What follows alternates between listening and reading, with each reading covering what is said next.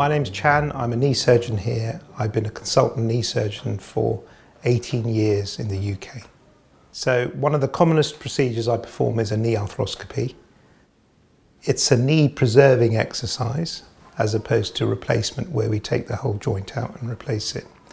The purpose of knee arthroscopy is to try and preserve structures within the knee and remove ones that are damaged. So the commonest indication is a meniscal tear. In your knee you have two shock absorbers, a medial and lateral cartilage, and one of the commonest sports injuries I deal with is a meniscal tear. In the more senior population, the tears are what we call degenerate tears, and as the meniscus ages beyond 40, it becomes degenerate and unable to cope with stresses, and tears are very common. So we have to differentiate those significant sports tears in young people with elderly degenerate tears. They're quite different entities. But even in both populations, the tears can cause pain, swelling, irritation, and a problem called locking, where the joint gets stuck and impinges. So arthroscopy is used to tackle meniscal tears. There are other things we use the arthroscope for, which is a camera in the knee.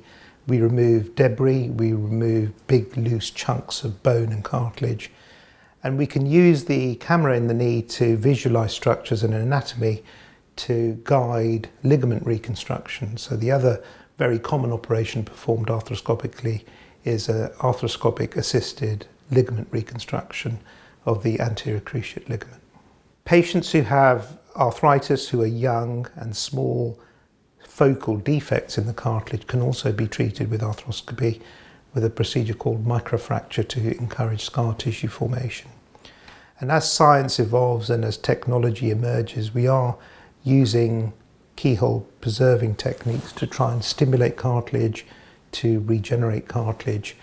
And the ethos of biological preservation of the knee is to try and preserve the natural knee for as long as possible. And arthroscopy is key in that method.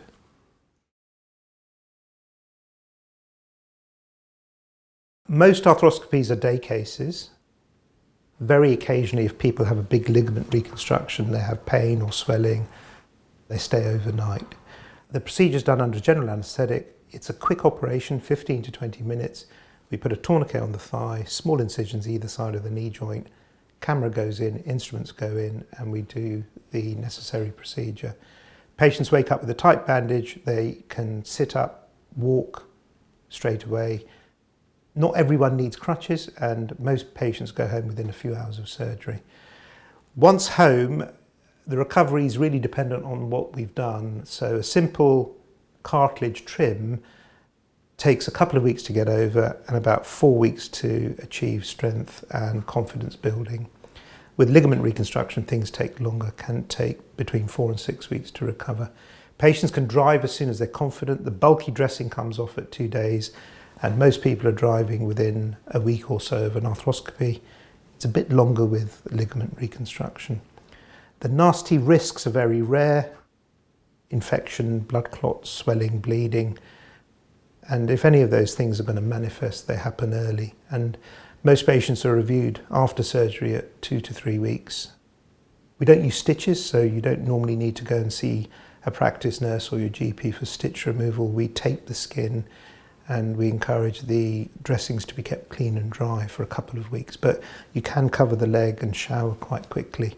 So it's a quick procedure, it's a day case procedure. It's designed to get people up and mobile quickly.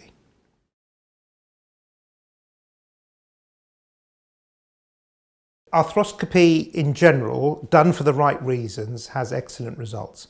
So if you're a young person with a meniscal tear who has locking symptoms and the meniscus is trimmed or repaired, the results are excellent. And in general, we quote an 80% success rate for simple arthroscopy for those simple conditions. Where it can go wrong is if the indications are extended and someone has a problem in addition to the arthroscopy improvable condition.